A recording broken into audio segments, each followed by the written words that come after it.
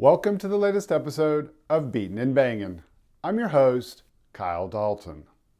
First, just wanted to say thanks for the kind words after my last video on my mother's passing.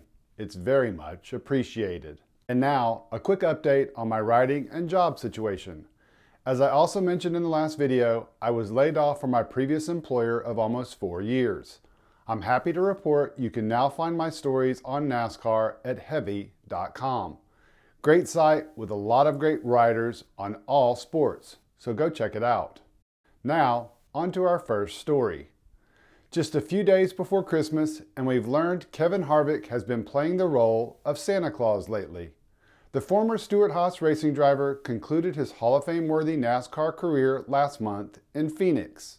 Throughout the season, Harvick regularly talked about his farewell tour, and how it was all well thought out and planned in a way that he could show his appreciation to the sponsors and fans who've supported him throughout his career.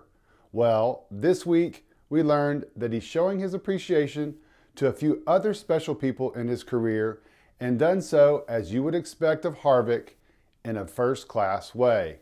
Dale Earnhardt Jr. first posted to X about his gift on Wednesday morning. He received a race-used steering wheel from Talladega. You can see how excited Jr. was to receive it by what he wrote. How damn cool is this? I guess several folks got a wheel from Kevin this year. I was thankful to be one of them.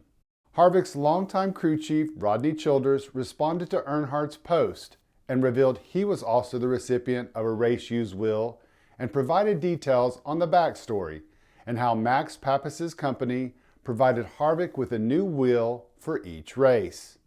Childers proudly admitted that he received the wheel from their last Daytona 500 together.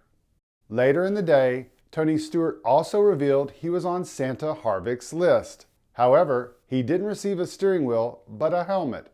But not just any old helmet. Smoke received Harvick's Indy 2023 helmet, which had a design replicating the helmet from Stewart's first Brickyard win in 2005. Happy making others happy. A great story for this time of year.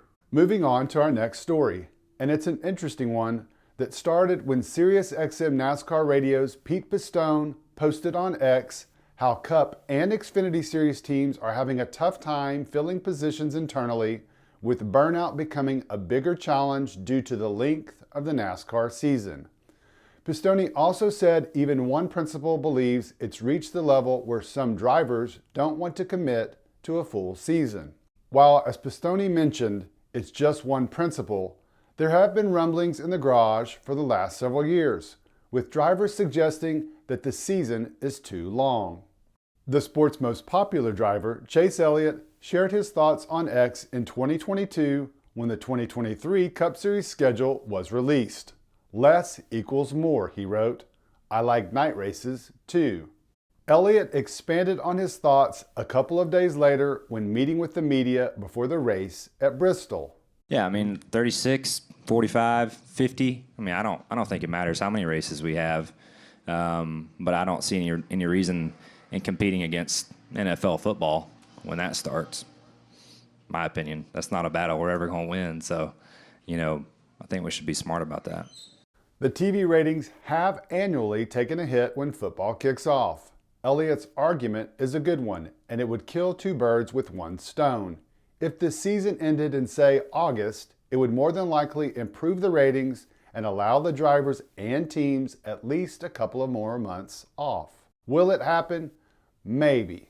But I can't see it happening anytime soon, especially with the new media rights deal that was just signed and starts in 2025. Speaking of that deal, that takes us to our final story. There was some big news dropped this week when it was reported that NASCAR's new media rights partner, Warner Brothers Discovery, is in early merger talks with CBS owner Paramount Global. As reported, it's still very preliminary in the talks, but looking down the road at what this could potentially mean for NASCAR is interesting to say the least. The biggest and most obvious thing would be the possibility of NASCAR airing on CBS. That move would be huge, and like the CW carrying the Xfinity Series, allow for a lot more fans to watch races over broadcast television. While the PGA Tour has had a stranglehold on weekend coverage for years, there's something to be said for CBS and its interest in racing. Look no further than the SRX series and its racing, which aired on Saturday night primetime for its first 2 seasons. Again, this is still early.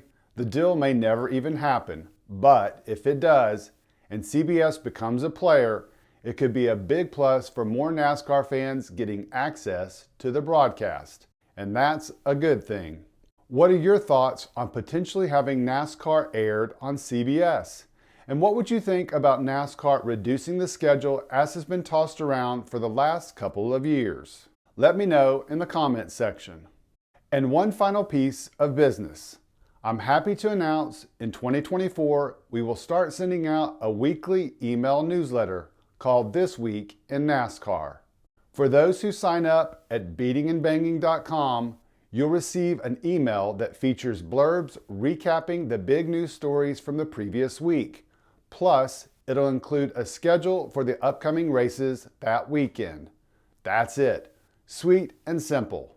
I promise we won't bombard you with anything else. Just what we believe will be the best NASCAR newsletter that will keep you up to date on any of the big stories you missed from the week, and a little guide on where to see the next weekend's action.